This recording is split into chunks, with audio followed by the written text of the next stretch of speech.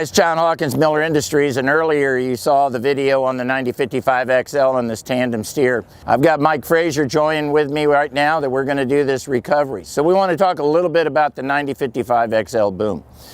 Still with the 250,000-pound DP winches, the XL boom over the standard 9055 is some 60 inches of greater reach and still retains that same capacity at full extension. And we talked earlier in the video about the boom pivot and how we move that boom pivot some 24 inches further forward. That gets that weight up onto that front steer axles, and it gets that ability to tow this mixer from the rear, which you've seen in the video, and ability of taking things that weigh over 20,000 pounds and have that towability. But one of the things that we want to talk about is the recovery capabilities of this unit. We've got the extendable rear jacks on this model. We're not going to back up to this mixer here and do this recovery from either the back side or the front side. We're actually going to do it in an inline situation just like you were on the interstate. So we're going to show how to stabilize that boom, because that boom's up out of the cradle in the rear tailboard. We're going to talk about that line going down to a low pull and how we've wrapped this frame rail up on the high side and come completely up underneath the drum, so we're kind of cradling that drum for the lift. This is a more challenging recovery because all of the weight is on the back side.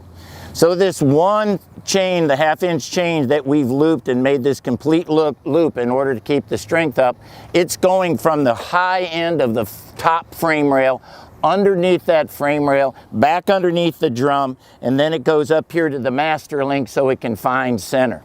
Mike's going to talk to you about the catch line and what we've got up here with on the drum.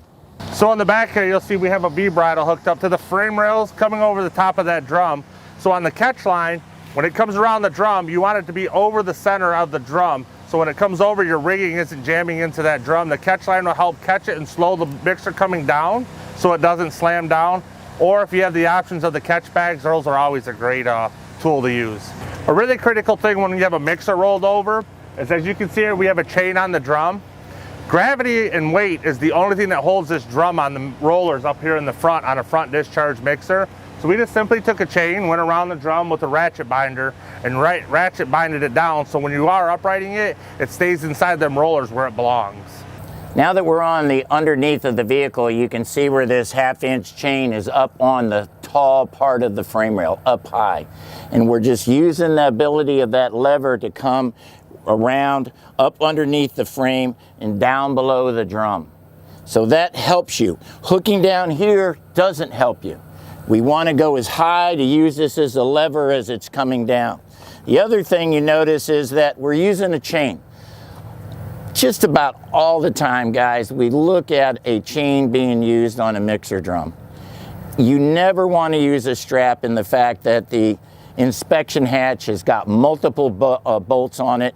It's very possible that as that drum turns, which it will, it can go over that strap and literally shred that strap and let that drum and let the mixer fall back down. If you're worried about marring up the company's drum, then go get that fire hose and slip that half-inch chain into that fire hose to protect the chain up against the drum. All right, now we're on the front axle of the casualty.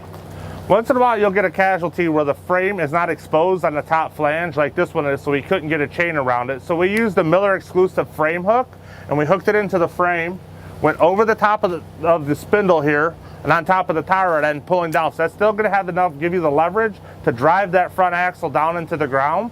Make them lug nuts drive down into the ground, so when you're starting to upright this thing, it doesn't try to skip on you. With any integrated wrecker, once the down tower comes out of the ramp in any tailboard, and I don't care what make of wrecker is, you have to make sure that you are stabilizing that boom as it tries to pull from the side so it equalizes itself. And that's what you're seeing here.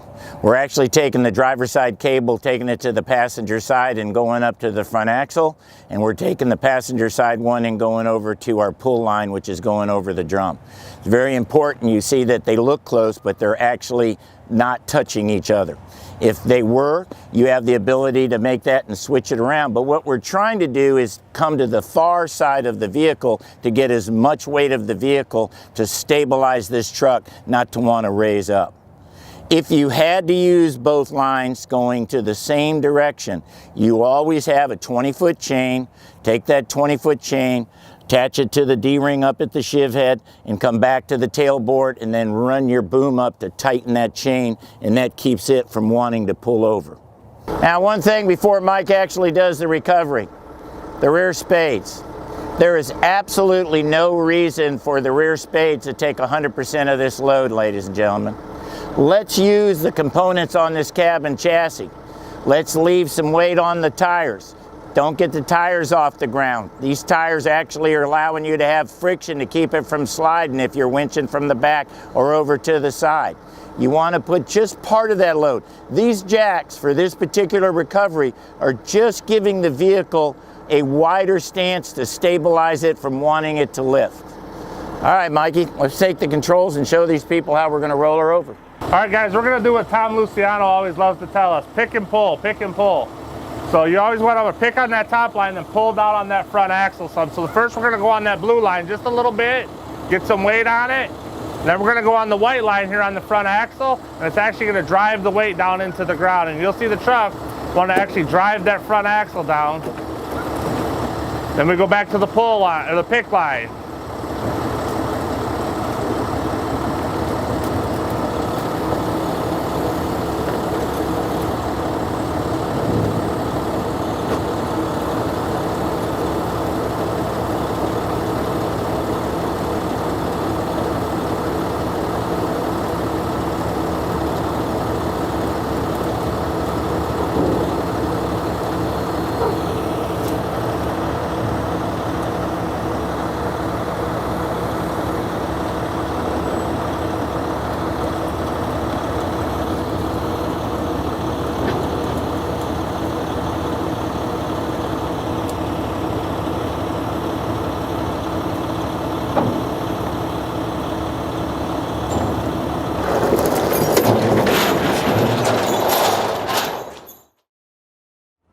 And that's how you properly perform a 60-degree angle rollover.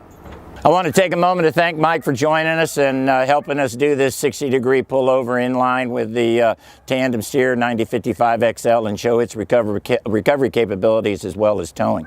Now, we've got some more videos coming with you. We've got a couple nice units that we're going to be putting together in a sister team, and to finish it all up, we're going to be unveiling number 2 M100. So stay tuned, more to come.